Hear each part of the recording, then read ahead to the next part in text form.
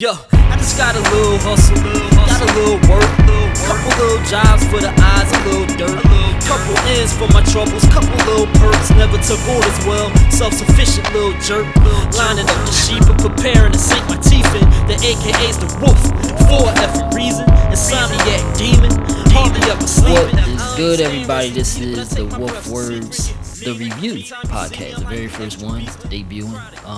Got my man Keazy in the building. Got my man Dre in the building. What's up? For our very first review, we're gonna be talking about CW's All-American.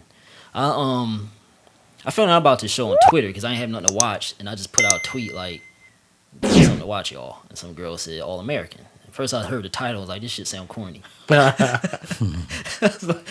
She's like, yo, give it a try. She's like, it is a little corny. Like, she said that. She's like, but give it a try, whatever. I was like, all right, I'll see. Because I have nothing to watch. So I started watching the joint. You know, and first thing I noticed is it was corny. First of all, CW came up like CW. Yeah, CW.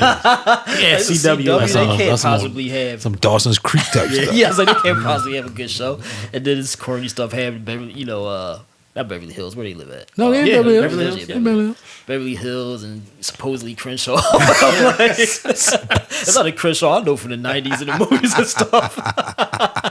Not the Crenshaw, like, was O-Dog enough from there? I can't remember. Yeah, that's South Central. It's not the Crenshaw I'm familiar with.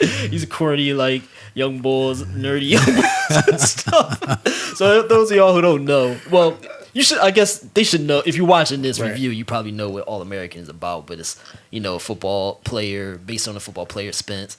It's a true story, too. Yeah, it's based on a true story. I looked it up and stuff. It's not total, it's based. Yeah, based on true. Spencer, who is a football player at Crenshaw High School, and he transfers to Beverly Hills High School, where it's out of his element, and, it's just him getting adjusted to this being a star at this new school. That's pretty much what it's about. Yep. And it goes, through three seasons now, and it goes back and forth, a lot of drama. Every show is full of drama.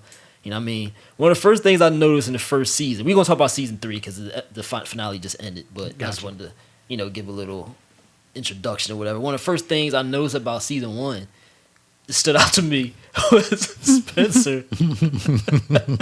He goes to the new school and he meets this girl. Like, he's unfamiliar with everybody, like one of a few black people, I guess, too, on top of it.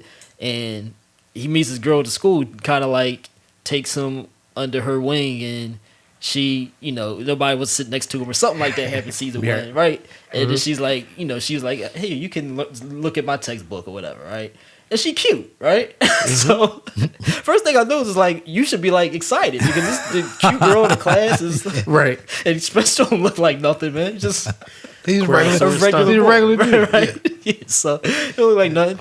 And she I was like, you should be hyped. But he's just regular. I was like, why are you just regular? This cute girl in a new school, take you in their way. That's day one. Like, you got it made day one.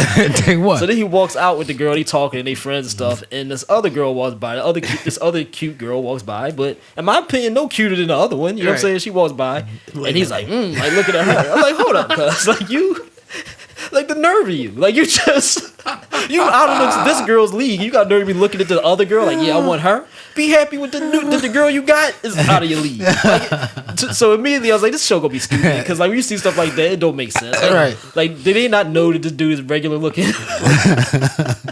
Look like just like Cordell Stewart. That's what he looked like. I'm trying to figure this out. I was like, this show gonna be stupid. I look at stuff like that. This show gonna be dumb. Like, because like this plot wise don't make sense. Right. I was literally thrown off by that. So as the show develops, I know there's a lot of other corny stuff happening. Like, I talked to Dre about the pop-ups. I didn't talk to you about this, Keazy. I don't think I did. But like the pop-ups, right? It's stuff that happens on like soap operas, like soap opera type shit, where like Spence in particular always pops up on people. So like, quite just be like out of the bushes. Like, Spence is like a very serious young kid. He's always caring about people's well-being and stuff like that. Very mature for his age. And whenever there's like an issue, he pops up on people like, maybe you should think about it this way. Like, you know what I'm saying? It's like, where'd you come from, Spence? But the thing that's funny about this, the hilarious about that show, I feel like the show knows they do it because other characters pointed out about it. Like, I remember Coop at one point literally said like, where you come from? Like, you always Like, she actually said it. Like, damn. She was like startled. Like, damn, where you come from, man? She was mad.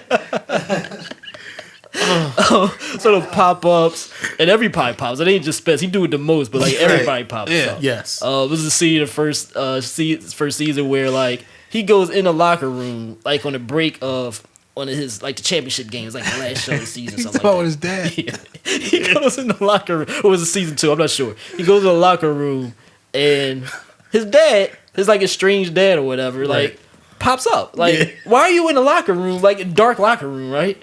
From behind the locker. Where did you come from? Literally behind the locker. Like comes up like, yeah, Spence. And then he gives him like the pep talk or whatever. Like it's a weird looking dad. Gives him like the pep talk.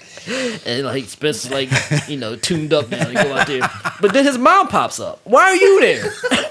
His mom pops up on the other side of the locker room. Because she was listening to the whole conversation. Why are you in the locker? Where'd you come from? Why are you in here? She in there eavesdropping. Where you come from? Right. So it's like corny stuff like that happens throughout. Oh my god. All American, but I feel like this is what I really feel like, man. I feel like working within the constraints of CW, the CW platform, where you gotta kind of be corny, you can't curse, excessively and stuff like that. I feel like the people who wrote the show do a brilliant job of making it corny, but also making it relevant and covering important topics and making it real somehow at the same time. Making it real. Realistic. Somehow, through the corniness, they make it realistic, which I think is kind of brilliant. Yes. No, I agree. I don't know if you remember, but I told y'all to watch this show. Because I started watching it. When you told me that, I do remember you bringing it up. And I was like, I think I was already watching it. Yeah, Dre was already watching. He was already watching. So I was just saying to myself, I said, all right. You know what? I actually like this joint. As the time went on, the plot, it still caught my attention. So I'm like, well, y'all should watch this. I warned everybody about it. You didn't say that. Yeah. You did say it would be corny. Yeah. It's a good show. And I think that it touched on like you said, on a lot of topics. A lot of topics, and it stayed relevant into what was going on actually in the world as of right now. So you know what I think they do a good job of? They do a real good job of character development on there.